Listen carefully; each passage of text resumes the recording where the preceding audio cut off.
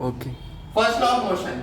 So first law of motion काय सांगतो की every inanimate object continues to be in its state of rest और in uniform unaccelerated motion unless it is acted upon by a unbalanced external unbalanced force. म्हणजे काय की जर एखादा object असेल आणि त्याची जर रेस्टची पोझिशन असेल तर तो रेस्टच्या पोझिशनलाच राहण्याचा प्रयत्न करतो, करेक्ट. आणि जर एखादा ऑब्जेक्ट मोशन मध्ये असेल तर तो मोशन मध्येच राहण्याचा प्रयत्न करतो कुठपर्यंत की जोपर्यंत त्याच्यावरती एखादा अनबॅलन्स फोर्स ऍक्ट होत नाही, राईट. आता सपोज हा बटाटा आहे आणि मी तो सुरीत फसवलेला आहे, राईट. आता या बटाट्याला मी काय करतो, मला तुम्ही सांगा की हा बटाटा ज्यावेळेस मी इथे हिट करेल, तुमचा अंदाज काय, हा बटाटा काय होईल, खाली पडला पाहिजे, बरोबर आहे.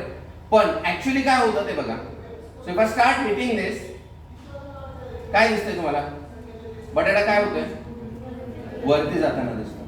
पण तो ऍक्च्युअली वरती गेलाय का, तर तो वरती नाही गेलेला. बटाट्याची पोझिशन फिक्स्ड आहे, तो रेस्टलाच आहे. मी फोर्स कशावरती अप्लाय करतोय, या सुरीवरती अप्लाय करतोय, चाकूवरती अप्लाय करतोय, राईट. तर ज्यावेळेस मी अनबॅलन्स फोर्स या चाकूवरती अप्लाय करतोय, चाकू काय होतोय, खाली खाली जातो आणि बटाट्याची जी पोझिशन आहे ती फिक्स्ड राहते. सो बटाटा रेस्टला आहे, बटाटा रेस्टलाच आहे, चाकू खाली खाली जातो, त्यामुळे आपल्याला असं वाटतं बटाटा वरती येतोय.